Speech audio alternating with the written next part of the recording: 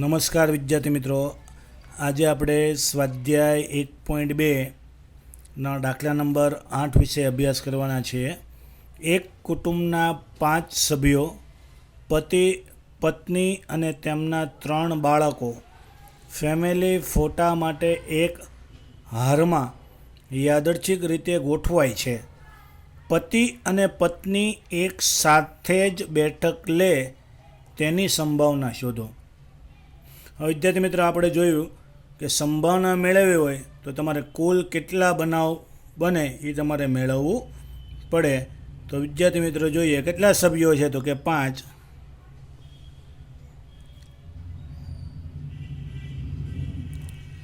પાંચ સભ્યોમાં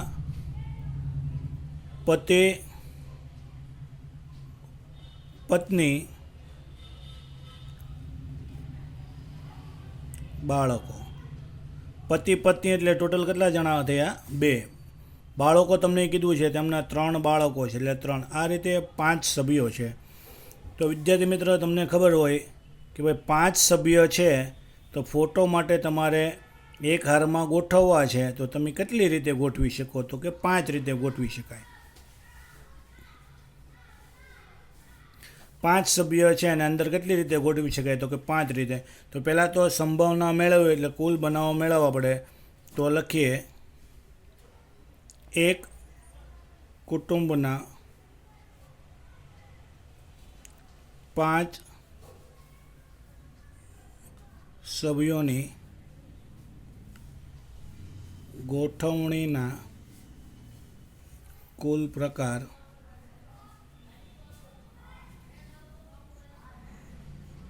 n બરાબર 5 સભ્યો છે, ગોઠવવાના એટલે વચ્ચે p આવે, 5p5 બરાબર 5 ફેક્ટોરિયલ થાય વિદ્યાર્થી મિત્રો. અને 5 ફેક્ટોરિયલનો મતલબ થાય વિદ્યાર્થી મિત્રો 120, એટલે કે 5 × 4 × 3 × 2 × 1. હવે n મળી ગયો. તો ત્યારબાદ વિદ્યાર્થી મિત્રો તમારો સવાલ છે, પતિ અને પત્ની એક સાથે જ બેઠક લે એની સંભાવના. તો લખાય પતિ અને પત્ની એક સાથે જ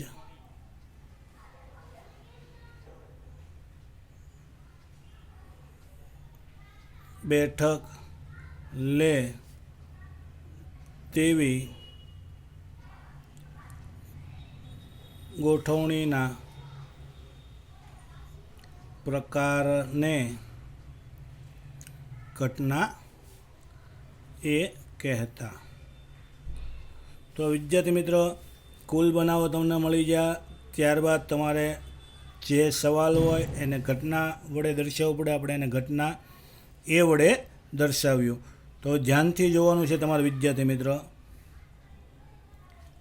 તમને એવું કીધું છે પતિ અને પત્ની એક સાથે જ બેઠક લે. તો તમારી પાસે જગ્યા વિદ્યાર્થી મિત્રો 1 2 3 4 અને 5 છે જગ્યા. તો વિદ્યાર્થી મિત્રો, પતિ અને પત્ની એટલે કે હસબન્ડ અને વાઈફ, H અને W.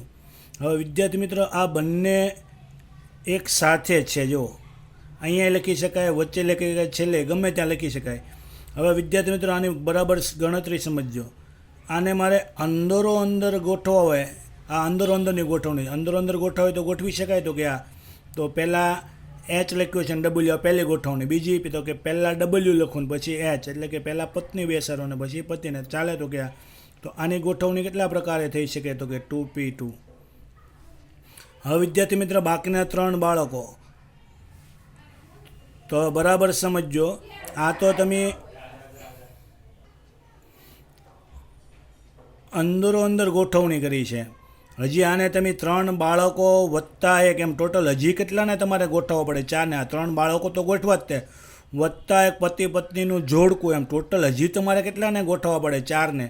એટલે વિદ્યાર્થી મિત્રો અહીંયા લખાય 4p4. કયા? તો કે 3 બાળકો વત્તા 1 પતિ પત્નીનું જૂથ, એમ કેટલાને ગોઠવવા પડે? 4. તો વિદ્યાર્થી મિત્રો, બીજી શોર્ટકટ રીત છે, ધ્યાનથી જોજો.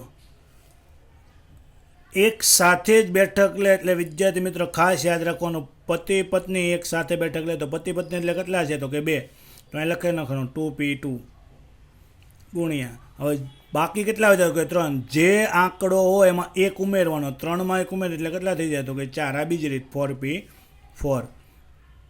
હવે વિદ્યાર્થી મિત્રો તમને એમ કીધું તો બાળકો સાથે જ બેઠક લે તો બાળકો કેટલા તો કે 3, તો લખાય 3p3. અહીંયા કેટલા છે પતિ પત્ની તો કે 2, એમાં 1 ઉમેર એટલે 3p3. ટૂંકમાં જેની વાત કરતા હોય એટલા p એટલા, બાકીનો જે આંકડો હોય એમાં 1 શું કરવાનો ઉમેરવાનો. ક્યારે તમને એમ કે ભાઈ એક સાથે જ બેઠક લે, આ શોર્ટકટ રીત છે, કોષ્ટક દોર્યા વગર સીધી. તો 2 ફેક્ટોરિયલનો 2p2 એટલે 2 ફેક્ટોરિયલ, 4p4 એટલે 4 ફેક્ટોરિયલ, 2 ફેક્ટોરિયલનો મતલબ થાય 2 ગુણ્યા 1, 4 ફેક્ટોરિયલનો મતલબ થાય 4 ગુણ્યા 3 ગુણ્યા 2 ગુણ્યા 1, 2 એકા 2, 4 તેરી 12, 12 દુ 24. એટલે વિદ્યાર્થી મિત્ર 48 બનાવ બને, આ સાનુકૂળ બનાવ તમને મળી જાય વિદ્યાર્થી મિત્ર 48. હવે તમારે સંભાવના મેળવવી તો સંભાવનાનું સૂત્ર P of A બરાબર m/n. એમ બોલો કેટલા મળ્યા તો કે 48, સાનુકૂળ બનાવો 48. વિદ્યાર્થી મિત્ર કુલ બનાવો કેટલા મળ્યા તમને તો કે 120. 48/120 એટલે વિદ્યાર્થી મિત્ર બંનેનો ભાગાકાર આવશે તમારો 0.4. પોઈન્ટમાં ફેરવી દેવાનું, કોઈ માર્ક તમારા કપાશે નહીં.